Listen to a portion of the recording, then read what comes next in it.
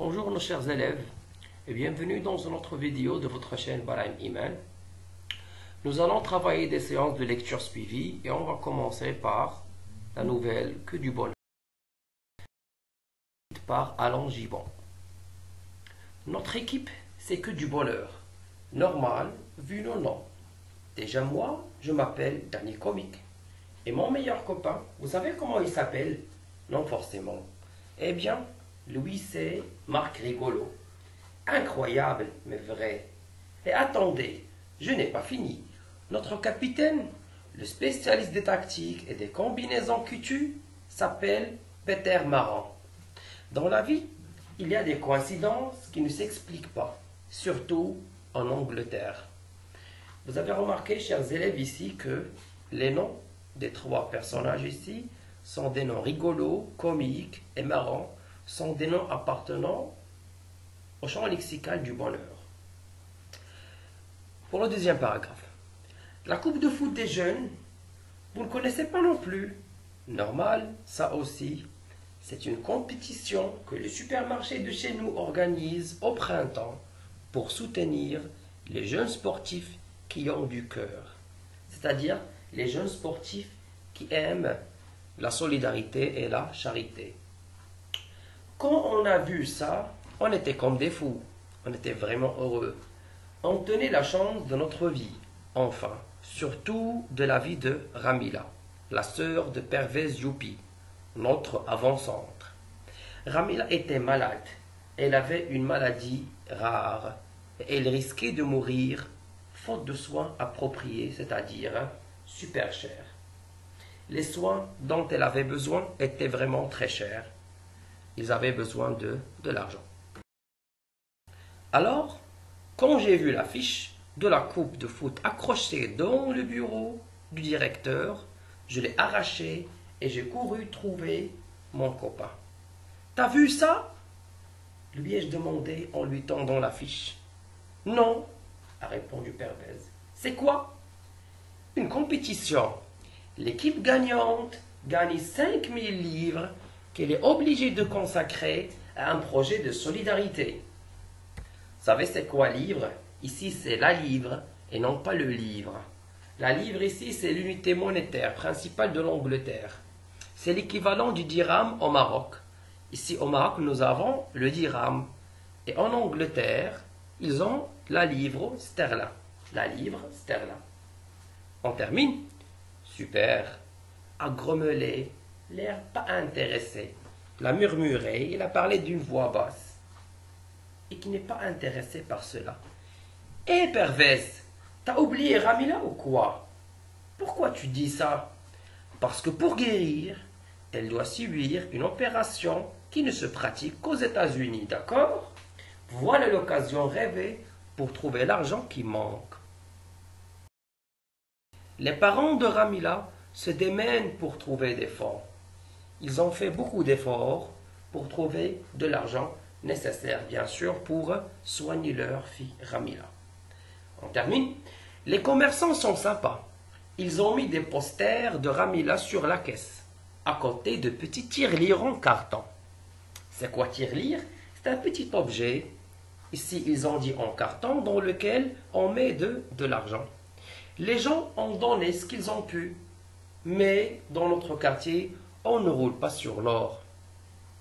En plus, vous savez comment ça se passe dans ces cas-là. Il y a des gens qui taguent les posters dont traitant Ramila de sale pakistanaise, qui écrivent dans les posters de Ramila qu'elle est une sale pakistanaise. Et il y a toujours des rumeurs qui courent, comme quoi Ramila ne serait pas malade. Ses parents essaieraient juste de gagner de l'argent sur son dos. Il y a des nouvelles, des rumeurs, c'est-à-dire des nouvelles que les gens se disent et qui ne sont pas forcément exactes. Bref, il manquait encore un petit quelque chose pour sauver la sœur de Pervez. Et ce petit quelque chose, nous avions enfin la possibilité de le gagner nous-mêmes. L'extrait d'aujourd'hui est à suivre dans une prochaine vidéo. Alors on va commencer la compréhension. Prenez votre temps, mettez pause à la vidéo, prenez un bout de papier, notez les questions dans ce bout de papier. La première question, deuxième, troisième, quatrième, cinquième et sixième question. On passe à la suite. 7, 8, 9 et 10 questions. N'oubliez pas s'il vous plaît que pour exprimer son point de vue, vous aurez besoin de ces moyens dans la 10e question. On peut utiliser je pense que, je trouve que, je vois que, je crois que, qui sont suivis du mode indicatif seulement, utiliser le mode indicatif.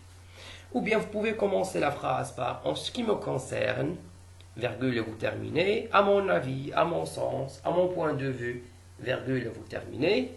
Selon moi, d'après moi, personnellement, virgule et vous terminez votre point de vue. Alors, mettez pause à la vidéo s'il vous plaît, travaillez les questions de compréhension si vous n'avez pas encore fait cela. Pour certains de vous, ils ont déjà eu le texte et les questions de compréhension sous format de document PDF. J'espère bien sûr que vous avez travaillé les questions sérieusement s'il vous plaît. Et on commence maintenant là.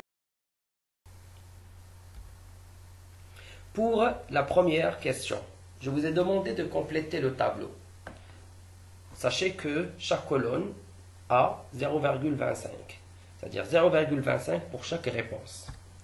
L'auteur, c'est Alain Giban, la source, c'est Droit au but, l'édition, c'est Gallimard Jeunesse, et le titre, c'est Que du bonheur. Question facile, un point à ne pas rater. Pour la deuxième question, qui est le narrateur du texte? Vous avez 0,5 fois 2, c'est-à-dire pour chaque réponse, vous avez 0,25. La première réponse, c'est-à-dire qui est le narrateur, 0,25. Et la justification, l'autre demi-point. Le narrateur, c'est le personnage principal et ce n'est pas l'auteur. D'accord? Pour justifier notre réponse, tout simplement, l'auteur a choisi de conjuguer les verbes à la première personne. Quand vous voyez notre, nos, moi, je. Et ici, il a cité le nom du narrateur, c'est le nom du personnage principal et c'est Danny Comic. Elle a dit, moi, je m'appelle Danny Comic. Vous pourriez bien sûr voir clairement que le nom du personnage principal, le narrateur, c'est Danny Comic et le nom de l'auteur, c'est Alain Giban. C'est-à-dire que le narrateur, c'est le personnage principal du texte et non pas l'auteur. On passe à la troisième question.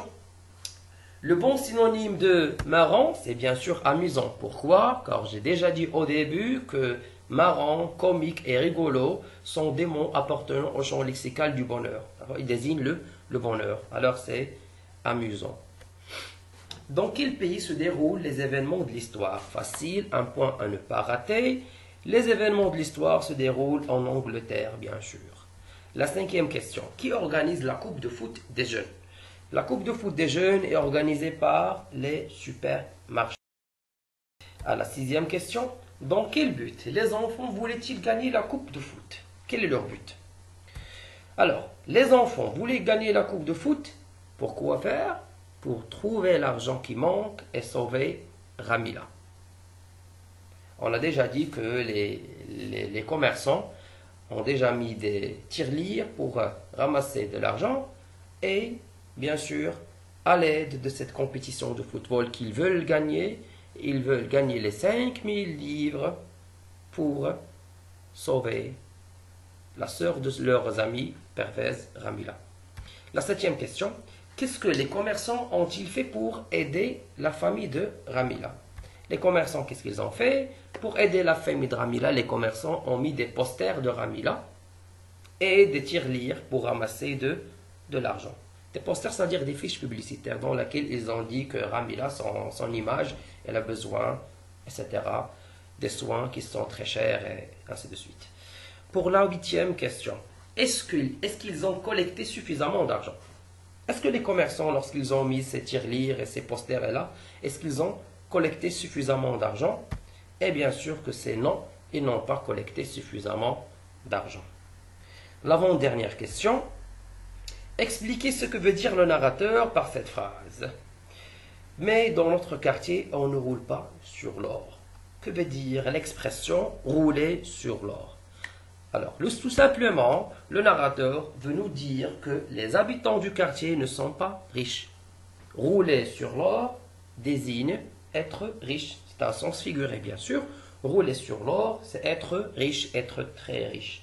Lorsqu'il a dit dans notre quartier, On ne roule pas sur l'or, c'est-à-dire que les habitants du quartier ne sont pas riches. Passons à la dernière question. Que pensez-vous du comportement des commerçants et des habitants du quartier qui ont voulu aider Ramila et justifier votre point de vue? Ici, nous avons 1,5 point. 1 point, c'est pour notre point de vue et 0,25 pour votre justification. Alors, j'explique. Le comportement des commerçants. Les commerçants, qu'est-ce qu'ils ont fait? Ils ont mis des tirelires et des posters de Ramila, d'accord, pour ramasser de l'argent, pour collecter de l'argent. Les habitants du quartier, qu'est-ce qu'ils ont fait? Ils ont donné de l'argent pour aider Ramila. Alors, ce sont deux gestes. Le geste des commerçants et le geste des habitants. Que pensez-vous de ce comportement? Le comportement que les commerçants et les habitants du quartier ont fait pour aider Ramila. Bien sûr, vous devez exprimer un jugement favorable, positif. Et pour cela, vous deviez utiliser un vocabulaire valorisant. Un vocabulaire qui donne de la valeur. D'accord? Positif. Le vocabulaire favorable, un jugement positif, quel que soit, bien sûr, votre réponse, c'est-à-dire soit vous dites c'est un bon comportement, c'est un comportement humanitaire, etc. Votre réponse est exacte. Et la justification sera 0,25. Pourquoi on va utiliser un jugement favorable et un vocabulaire valorisant? Tout simplement parce que le comportement cité, c'est un comportement de solidarité, de charité, dans lequel on essaye de ramasser de l'argent et aider les autres personnes. Alors c'est un bon comportement déjà. Et c'est tout pour les questions de cet extrait. On va terminer bien sûr l'histoire ou bien la nouvelle que du bonheur dans une autre vidéo, Inch'Allah. J'espère que vous avez appris. N'hésitez pas à regarder les dernières vidéos que j'ai publiées dans cette chaîne et abonnez-vous bien sûr à votre chaîne si vous voulez être toujours notifié des dernières vidéos. Merci pour votre attention et à la prochaine.